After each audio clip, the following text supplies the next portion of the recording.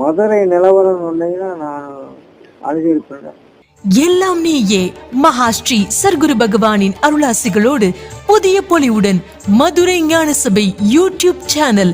நேரில் வந்த தெய்வம் நீ அல்லவா, கோடி கருணை செய்த குருவல்லவா, உன்னருள் இல்லாது ஒரு பொருள் வாராது.